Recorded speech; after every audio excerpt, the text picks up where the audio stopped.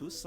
Voilà, je voulais aborder un sujet. On sait bien que l'anesthésie, donc c'est l'épicentre de tout ça, donc de la RAC. Donc, on est quand même les personnes qui sont principalement les organisateurs avec l'équipe, mais qui sont en plein centre de toute cette organisation.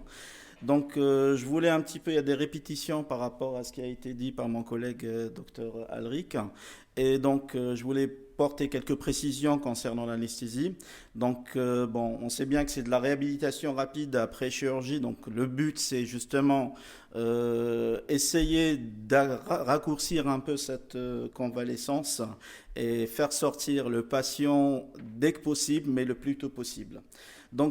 Avant de définir cette volonté justement de faire sortir le patient d'une façon assez rapide, il faut ressortir un peu l'intérêt de ce concept.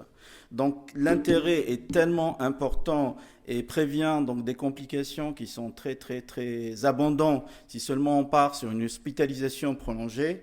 En l'occurrence, donc on parle des complications thromboemboliques qui a été évoquées par mon collègue et qui sont vraiment très importantes, donc notamment en chirurgie orthopédique, qui considérée comme une chirurgie hyperthrombogène. C'est des complications étant hospitalisés d'une façon prolongée, nous oblige de mettre les patients sous anticoagulants, une surmédication qui est quand même sans risque. Rajouter à cela les infections nosocomiales avec une surmédication potentielle liée justement au drainage, à l'environnement hospitalier. La dénutrition d'un patient qui est enfermé, qui est isolé, qui est loin de son milieu habituel. C'est un patient qui mange très peu, qui n'a pas le moral, qui est anxieux. Ça génère des dénutritions qui sont assez importantes. Et rajouter à cela le stress, l'anxiété, et donc un impact psychologique très très important. Le but justement, comment y procéder? C'est tout simple, il y a un mot qui rassemble un peu toute cette procédure, c'est l'optimisation des soins. Il faut optimiser, adapter la prise en charge médicale et chirurgicale en sorte à ce que ça soit vraiment limité au traitement et aux besoins du patient. Et bien sûr, les patients n'ont qu'une hâte, c'est d'en finir et de rentrer chez eux et de reprendre leur vie d'avant. Donc, euh, Raccourcir la durée d'hospitalisation, tenir compte du terrain et du type de chirurgie.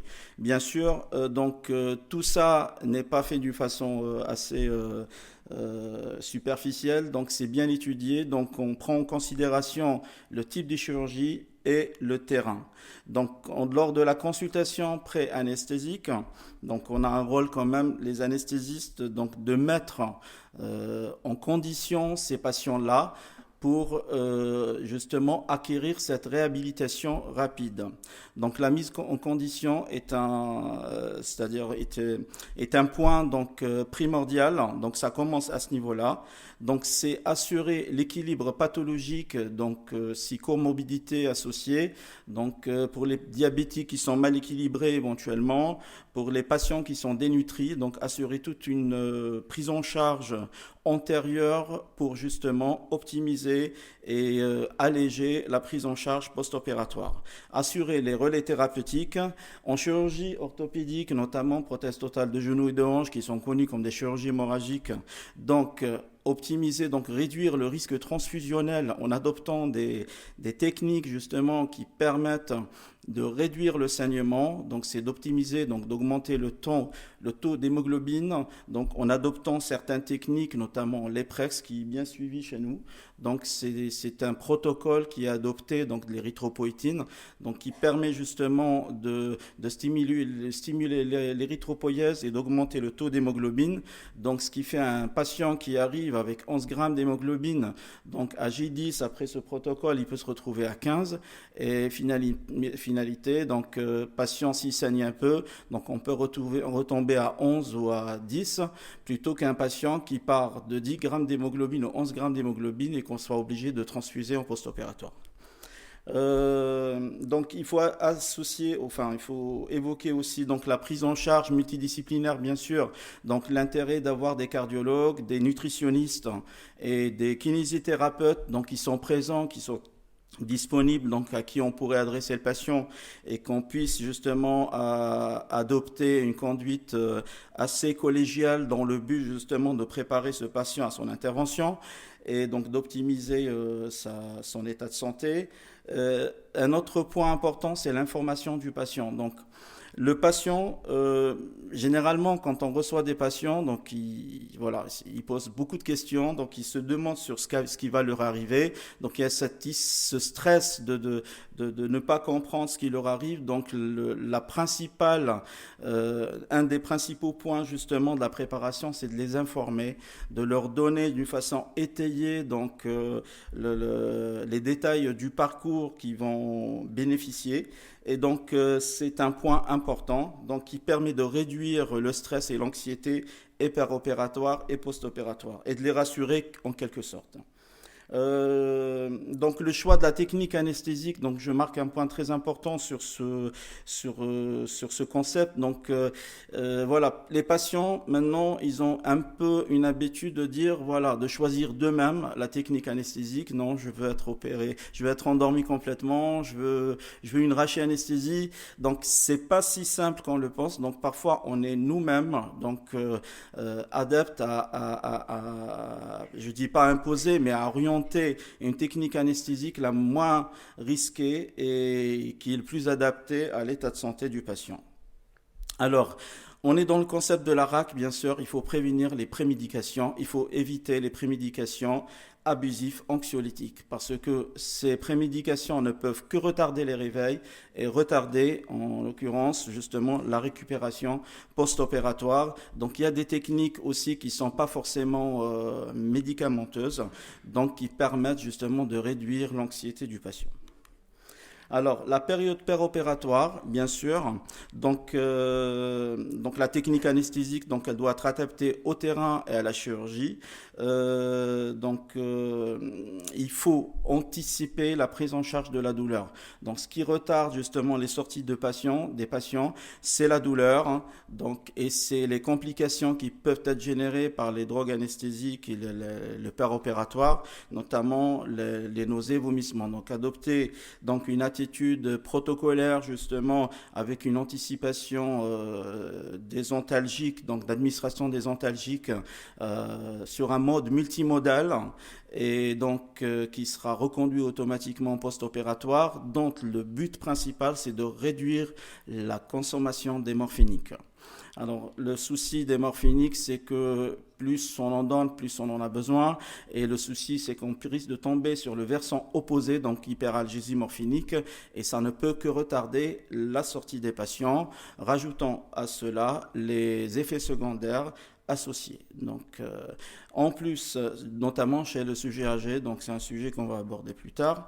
Donc, associé à cela, donc la prophylaxie nausées-vomissements, donc c'est un concept, c'est une méthode donc qu'on adopte systématiquement en péropératoire pour toute intervention lourde et adaptée à la RAC.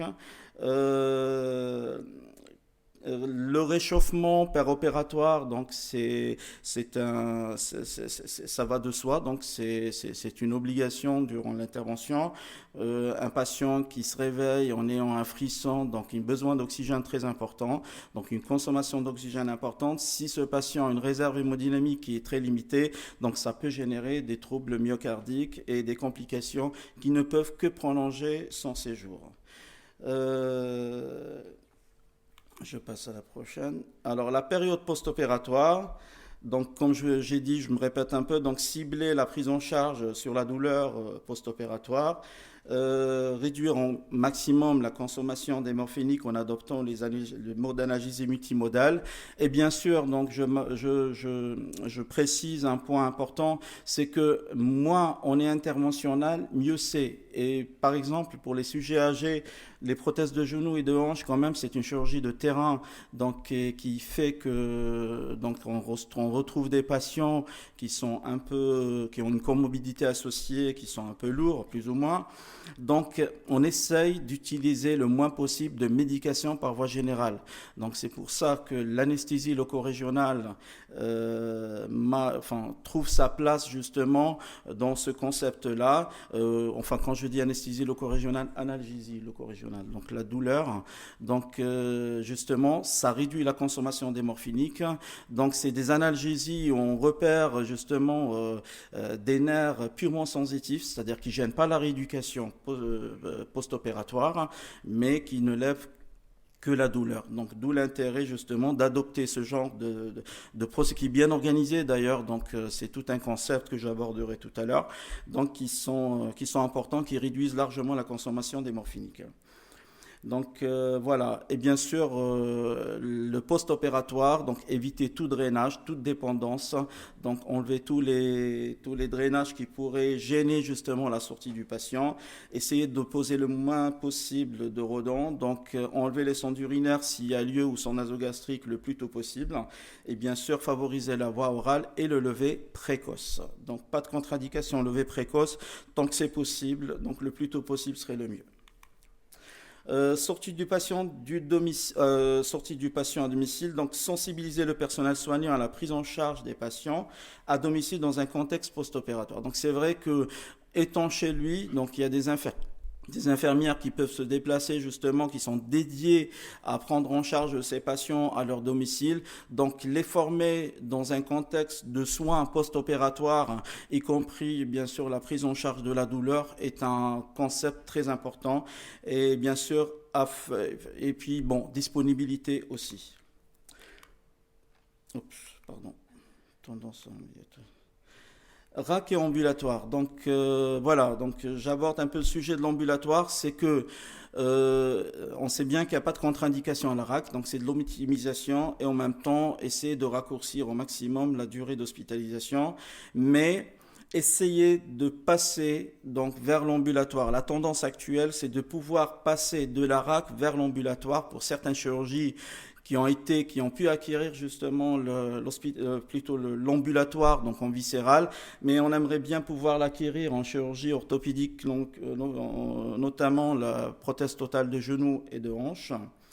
Donc en incluant de plus en plus de chirurgie lourde, mais dans un contexte bien organisé et bien cadré. Donc adopter une attitude de protocole, une attitude de parcours justement avec une sensibilisation d'une équipe qui serait formée dans ce contexte-là, utiliser plutôt des scores, donc des scores de sortie justement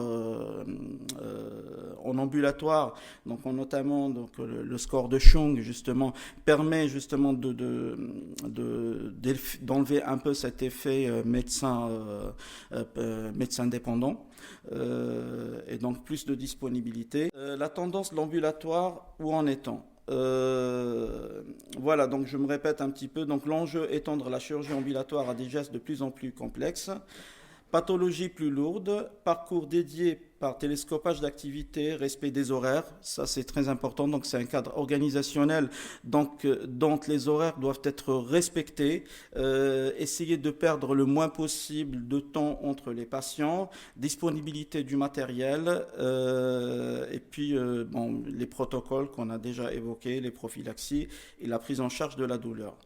Donc essayer de renforcer la coordination des acteurs dans une logique de parcours, comme j'ai dit, donc développer la formation des acteurs, équipe médicale, paramédicale, administrative, lever le frein psychologique. C'est vrai qu'on a toujours cette peur de dire, bon voilà, le patient va sortir le jour même après une chirurgie, prothèse totale de genou, donc ça peut paraître choquant pour certains, mais c'est vrai que c'est une attitude qui est tout à fait possible, comme docteur Alric l'a évoqué, donc il n'y a pas de contre-indication vraiment absolue, importante, à partir du moment où c'est bien encadré. Donc il suffit juste de bien encadrer ce concept. Donc je rappelle certaines notes d'informations de la HS donc du 24 mai 2016, mais qui sont toujours d'actualité. Donc éligibilité du patient, donc ça va de soi. Donc le patient doit être doit déjà accepter ce concept et doit avoir les conditions nécessaires, notamment socio-économiques et psychologiques.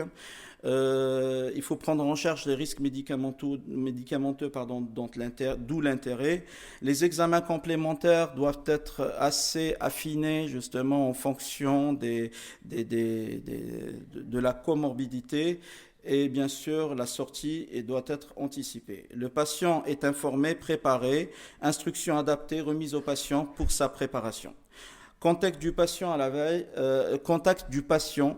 Ça, c'est un moment très important. C'est que les patients on leur donne trop de papiers, c'est vrai. On leur donne les papiers qu'il faut, donc pour les informer. Donc l'information doit être orale et écrite. Par contre, il y en a plein qui se plaignent. Donc cet appel de la veille est très important parce que ça les rappelle justement la conduite, l'heure d'arrivée et puis la préparation qu'ils doivent adopter juste avant de venir. Et bien sûr, surveillance post-interventionnelle adaptée en conformité avec la réglementation, formalisée et tracée. Donc, et puis sortie UK formalisée, protocole, score. Donc, comme j'ai évoqué, le score de Chung, donc c'est une attitude standardisée, donc qui permet d'enlever un peu cette dépendance médecin. Et bien sûr, contacter le patient à J1 et à J72 heures, donc à 72 heures, à J3. Donc, le contact du patient à J1, c'est très important. Ça permet de voir un petit peu l'évolution immédiate post-opératoire du patient. Donc, de faire le point un petit peu par rapport à cette évolution. Et à J72 heures, justement, pour voir où ça en est. Recommandations en chirurgie ambulatoire. Donc, j'ai pas évoqué le jeûne préopératoire qui est très important. Donc, il faut toujours rappeler aux patients. Donc, on en est toujours à 2 heures pour les liquides et à 6 heures pour les solides. Donc, ça, c'est le jeûne actualisé. Donc, faire évoluer l'information délivrée aux patients. Donc, il faut vraiment que l'information doit être étayée et bien précise et en même temps remise au patient par écrit, qu'elle soit relise régulièrement justement par le patient qui puisse comprendre un peu le concept. Alors, établir un contact avec le patient dans les jours précédant l'hospitalisation pour réitérer les consignes, intérêt particulier en cas de consultation d'anesthésie délocalisée. Donc, le rappeler, parfois les consultations ne sont pas centralisées d'anesthésie, donc rappeler le patient régulièrement pour voir justement s'il a bien compris le concept. Appel à J-1 versus SMS. Donc, pour certains, les SMS sont meilleurs parce que ça laisse des traces et le patient peut toujours les relire pour savoir, justement, essayer de comprendre un peu la préparation.